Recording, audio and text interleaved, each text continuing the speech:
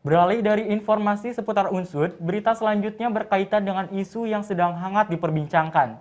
Seperti yang kita tahu, telah beredar di media sosial sebuah kasus perundungan dan pelecehan seksual yang dilakukan oleh 7 pegawai Komisi Penyiaran Indonesia. Peristiwa ini bermula pada tahun 2015 silam dan mulai menjadi perbincangan netizen ketika pengakuan korban viral di media sosial. Kasus bullying dan pelecehan seksual sudah menjadi masalah yang sering didengar di sekitar kita. Banyak pelaku yang tidak takut dan tidak gentar untuk terus melakukan perbuatannya karena masih merasa aman atas apa yang mereka lakukan. Pada segmen Think Twice, Think Wise kali ini, kita akan membahas seputar kejahatan bullying dan pelecehan seksual. Bagaimana penjelasannya? Mari kita simak tayangan selengkapnya.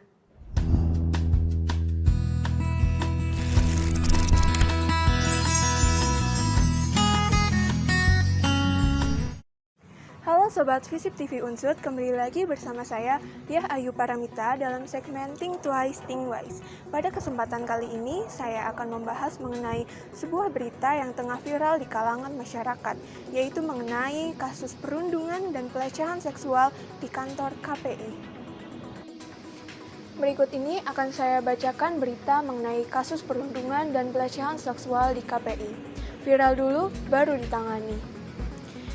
Telah beredar di media sosial secara ramai menjadi pembicaraan publik mengenai kasus perundungan dan pelecehan seksual yang dilakukan oleh 7 pegawai Komisi Penyiaran Indonesia atau KPI. Kronologi dari terjadinya peristiwa tersebut adalah, sejak tahun 2015, korban mengaku sudah kerap mendapatkan perlakuan buruk berupa perundungan dan pelecehan seksual hingga stres dan trauma yang berpengaruh pada kesehatannya. Pada 11 Agustus 2017, korban melapor ke Komnas HAM dan disarankan untuk membuat laporan ke polisi. Pada tahun 2019, dirinya melaporkan hal tersebut ke polisi, tetapi laporannya tidak diterima dan hanya dianjurkan untuk menyelesaikan masalah secara internal. Setelah berbicara dengan atasannya, korban hanya dipindahkan dari ruangan kerja dan para pelaku tetap tidak mendapat sanksi apapun. Pada tahun 2020, korban melapor untuk kedua kalinya ke Polsek Gambir. Tetapi, polisi hanya meminta nomor telepon para pelaku dan lagi-lagi tidak ada proses hukum. Beberapa saat lalu, cerita dari korban muncul dan ramai diperbincangkan di media sosial. Kisah pilunya menjadi viral dan menyorot banyak perhatian dari publik. Setelah viralnya kasus ini di media sosial serta serbuan komentar netizen di media sosial KPI, barulah terjadi pergerakan dari berbagai pihak terkait untuk menelisik kasus lebih lanjut. Kasus bullying dan pelecehan seksual seolah sudah menjadi momok permasalahan yang sering kita dengar. Banyak pelaku tidak takut dan tidak gentar untuk terus melakukan perbuatannya karena masih merasa aman atas apa yang telah mereka lakukan. Uraian kasus yang telah dibacakan tadi merupakan salah satu bukti sulitnya pidana, sanksi, serta hukuman diberikan kepada para pelaku kejahatan bullying dan pelecehan seksual. Banyak pihak yang seharusnya melindungi serta mengayomi justru tidak peduli dan menganggap sepele permasalahan yang terjadi. Pergerakan baru terlihat setelah kasus tersebut viral dan dibahas oleh berbagai kalangan. KPI sendiri yang notabene-nya adalah sebuah lembaga sensor film yang memberikan izin siaran kepada tayangan layak tonton dan tidak, justru mencoreng namanya sendiri dengan perilaku pegawainya yang justru berperilaku non-manusiawi. Dilansir dari Magdalens.co, Head of Social Change dari Never OK Project, Viana Dwianti menilai hal itu adalah buah dari budaya maskulinitas atau toxic masculinity yang tumbuh subur di berbagai instansi, yang memperburuk dan diperburuk dengan absennya regulasi dan kebijakan spesifik mengenai kekerasan seksual di kantor.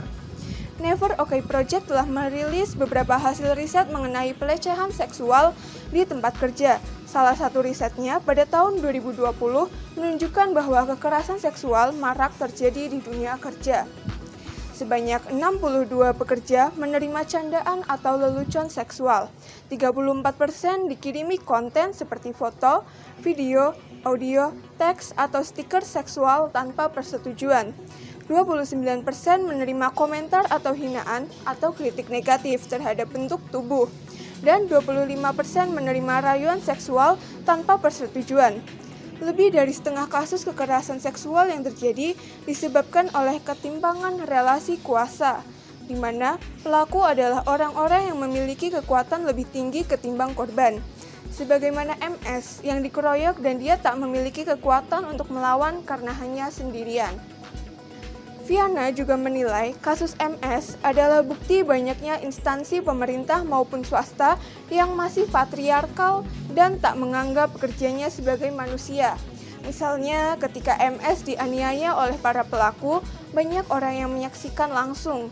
Tapi mengingat KPI baru menindaklanjuti kasus ini sekarang, hal itu membuktikan bahwa kebanyakan pegawai hanya menyaksikan serta tanpa membantu korban alias menjadi bystander.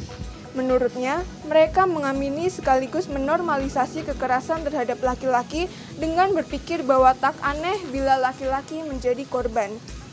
Bullying dan pelecehan seksual merupakan dua hal yang mampu menggasak mental siapa saja yang menjadi korban. Tidak peduli usia, kelas sosial, jabatan, keuangan, jenis kelamin, dan aspek lainnya, bullying dan pelecehan seksual merupakan hal yang tidak seharusnya terjadi. Kita harus peduli akan nasib kesehatan mental para korban.